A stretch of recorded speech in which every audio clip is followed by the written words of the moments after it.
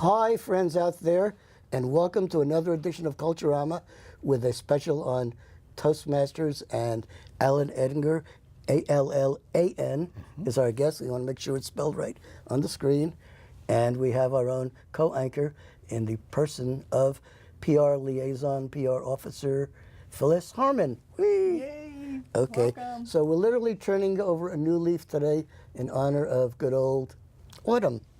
And we're going to begin by learning a little bit about Allan and where from he comes and how he got into Toastmasters and how he's gotten involved with a certain public speaking club that encourages inmates to rise to a higher level. Welcome. Thank you, sir. Okay, sir. Salute. Okay. We're in the Army now. Ah. Okay. This is not a paramilitary organization quite. It's Serendipity Plus. Okay. Now, are you a native of Oregon or from some other? No, I was born in Aberdeen, Washington. Uh-huh. That is on the shore. On the shores. Did you do a lot of swimming as a kid? No. We were lucky if we had a couple of days of sunshine a year and the water is cold, but we could drive on the beach. Oh. But I lived there for 30 years, and then I moved to Oregon. What made you transplant to Oregon? A job. A job? What kind of job?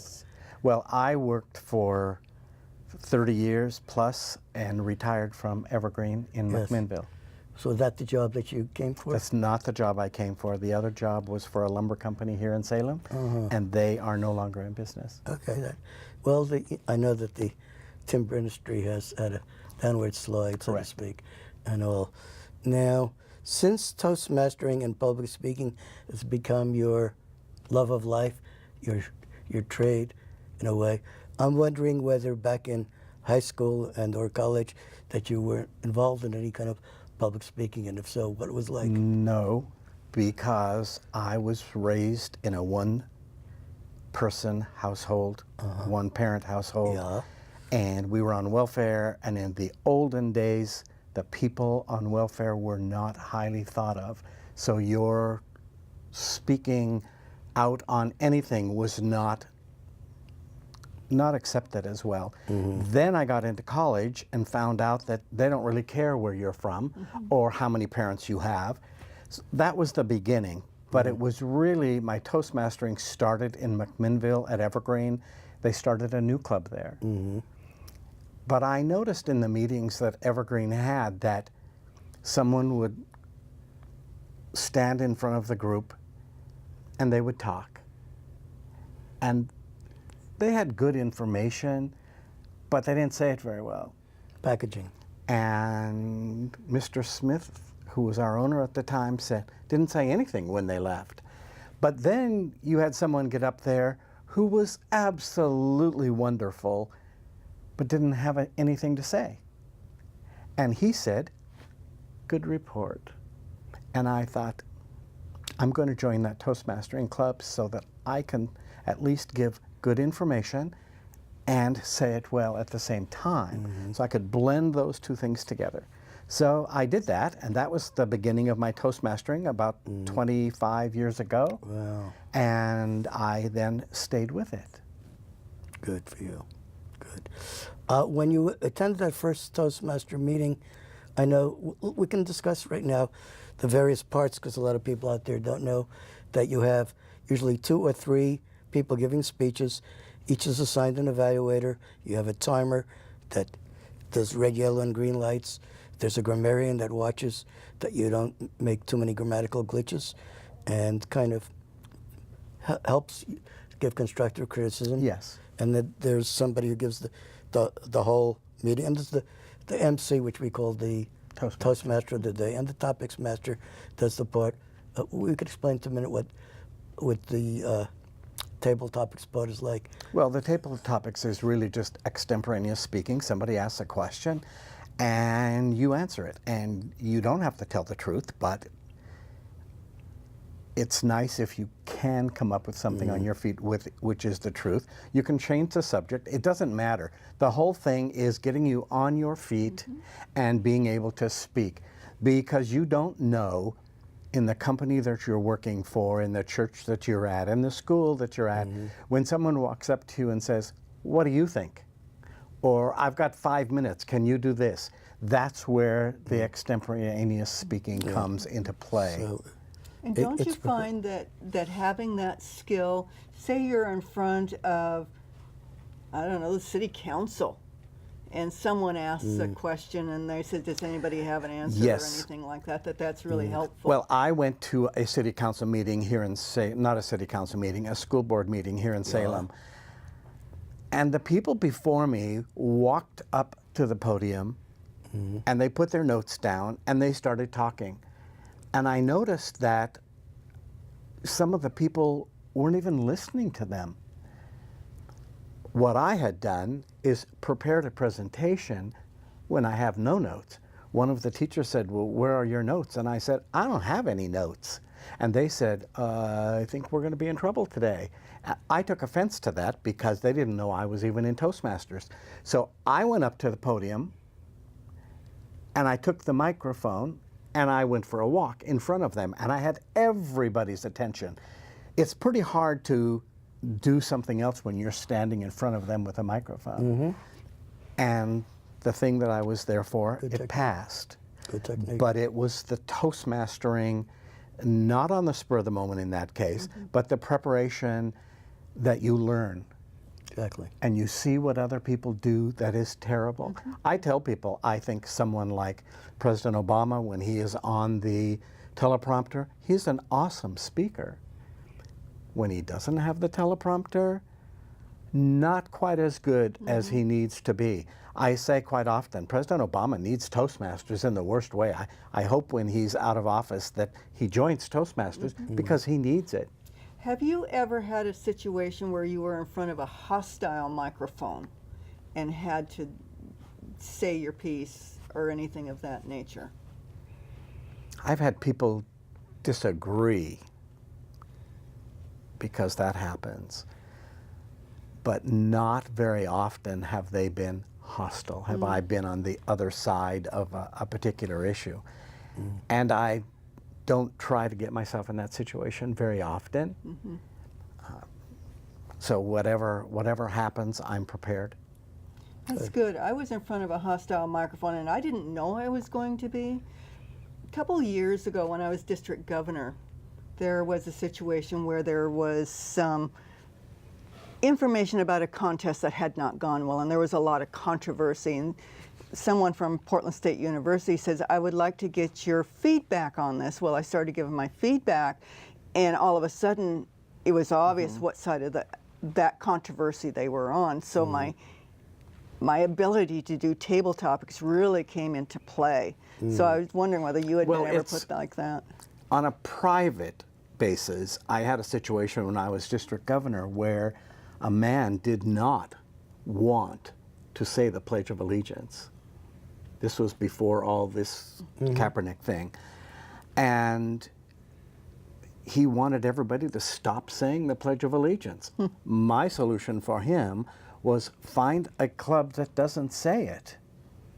Because I'm used to, when people say the Pledge of Allegiance, if you're from another country, they stand and they're at least nice about it. And finally, he left Toastmasters because he couldn't find a club that did not say it. So I was on both sides there, but luckily it wasn't with a microphone, it was with a telephone. So I got through that pretty well. You'll always have a dissenter Always. in every crowd. Yeah. That's what makes us a so-called democracy. Yes. Not That's a true. hypocrisy, hopefully. But let's wander into the terrain of your current project. Let's start, how did it begin that you linked up with inmates, and what was the Well, I don't know. instigation, provocation? As a part of Toastmasters, they had a gavel club at OSP. Right. And when I became the district governor, we tried to make them a real Toastmaster club. And much to my amazement, I had wonderful help from Carol Petronic in Toastmasters, and they wanted a club. So I had been going to Toastmasters I've been going now for over 20 years. Then it turned into another club, and then another club, and then another club. Then, don't ask me even when, because I don't know, when I became what's called the prison liaison for our district in Toastmasters, which is basically Southwest Washington and Oregon in this time zone. The inmates don't have access to computers. They don't have access to a lot of things that you need to be in Toastmasters. You take for granted. So they would send me information for educational awards, for training, anything that needed to be online that Phyllis couldn't get as district governor because she didn't have access. If they don't have access to her, she doesn't have access to them.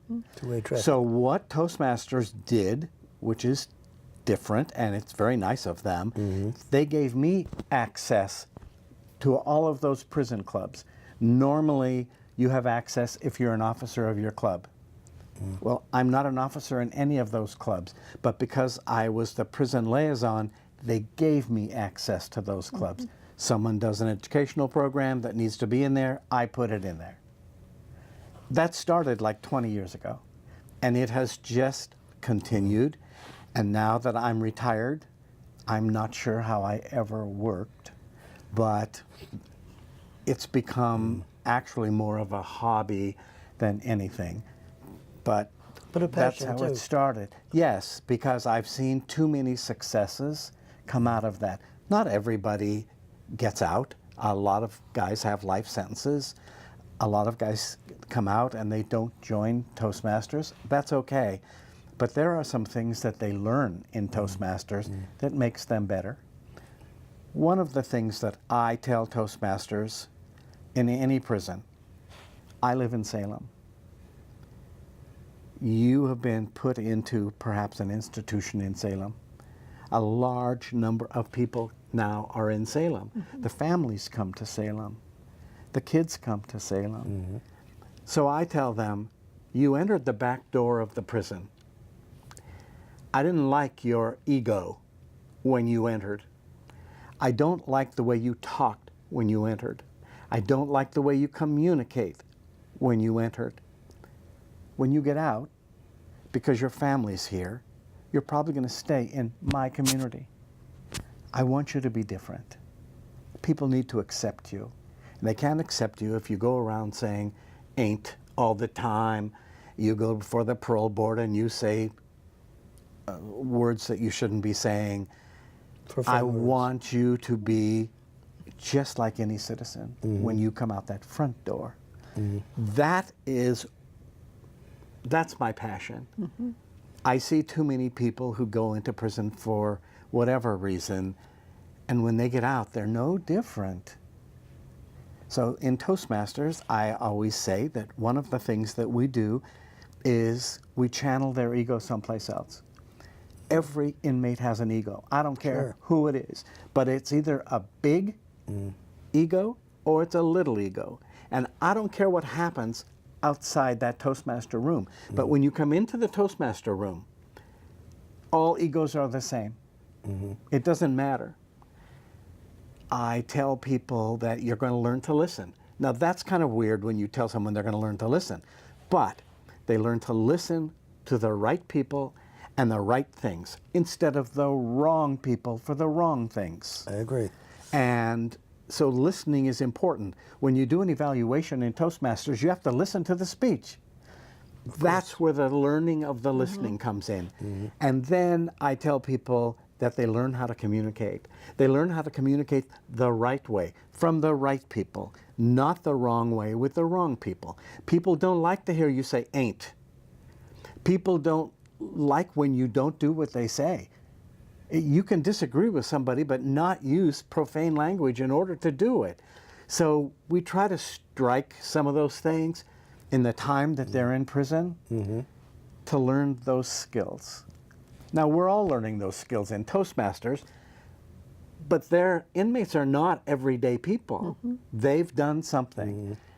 Many of them want to give back to the community, but the community is not always ready to go through that process. So that's kind of why I got involved and why I stay involved. And I don't know, it's just fun to go through the process. You made me think of an anecdote that's about 40 years back in history about profanity. There was a guy named David G. He was I think freshman or sophomore class president.